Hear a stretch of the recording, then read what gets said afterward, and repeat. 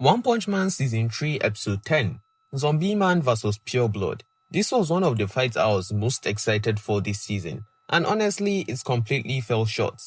Not only does the fight feel rushed and stiff, but the episode doubles down on every bad visual choices Season 3 has been struggling with, especially the neon disco lighting, and I'm not exaggerating here. They literally turned an entire scene into a full-on disco, flashing lights, glowing floors, bright neon colors everywhere. This isn't subtle, this isn't atmospheric. It feels like they are shoving it in your face on purpose. And then there's the censorship. Instead of Zombie Man lighting a cigarette after the fight, an iconic moment from the manga, they replaced it with a lollipop. It's childish and completely ruins the gritty tone of the scene. On the other hand, DOS is framed in an exaggerated, highly suggestive way, with lingering shots that clash with the episode's otherwise restrained presentation. That standoff between Zombie Man and Pure Blood, the raw Murata art, the tension, all of that gets completely undercut. From there, the problems pile up fast. The episode is filled with stiff animation, missing frames and static PNG shots, sliding across the screen with speed lines slapped on top. Some scenes technically move, but it's obvious they are trying to avoid adding actual animation wherever possible. And while I don't think this is the worst episode of Season 3, the inconsistency absolutely kills it. You'll get one okay looking shot, then immediately cut to another that looks unfinished and awkward. It never settles, it never flows. Which brings us to the biggest disappointment of the season, Zombie Man vs Pure Blood. The setup promises a brutal endurance match, two characters who can regenerate, slowly wearing each other down.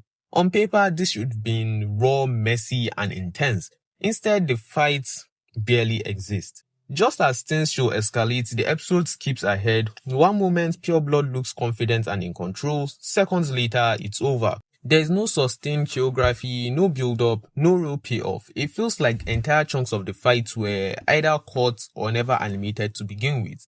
And the editing makes it worse. Cuts are abrupt, action happens off-screen, momentum never have time to build. Even when animation is present, it's over so quickly that it barely registers before the episode moves on.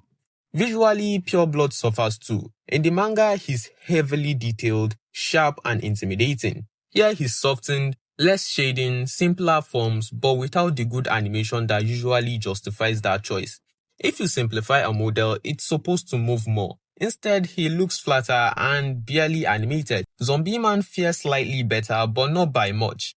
There are a few distant shots, him drawing out his blade, a handful of impact moments, but nothing that feels like a highlight, no sequence that you would rewind to watch again, no moment that sticks. And this issue doesn't stop with their fight. The samurai sequence falls apart in a similar way. What should have been fluid team combat turns into sliding still frames, blood motion, and static poses layered over flashing neon background. Choreography exists in concept, but the execution collapses under rushed pacing and inconsistent animation. The neon disco lighting only amplifies the problems. Instead of enhancing mood or intensity, it washes out the drawings and makes motion harder to read.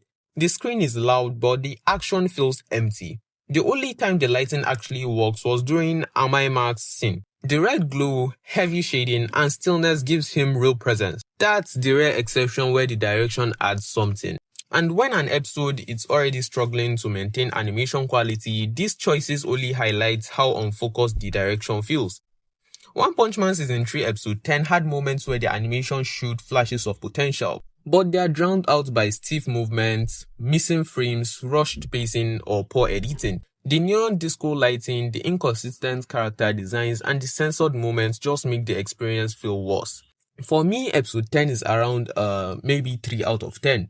The inconsistency, rushed pacing, and questionable visual choices really hold it back, despite a few moments of decent animation. If you like this breakdown, make sure you like, comment, and subscribe for more One Punch Man reviews, anime news, and recommendations. Hit that notification bell so you don't miss my next upload. Well then, catch you in the next one. Peace.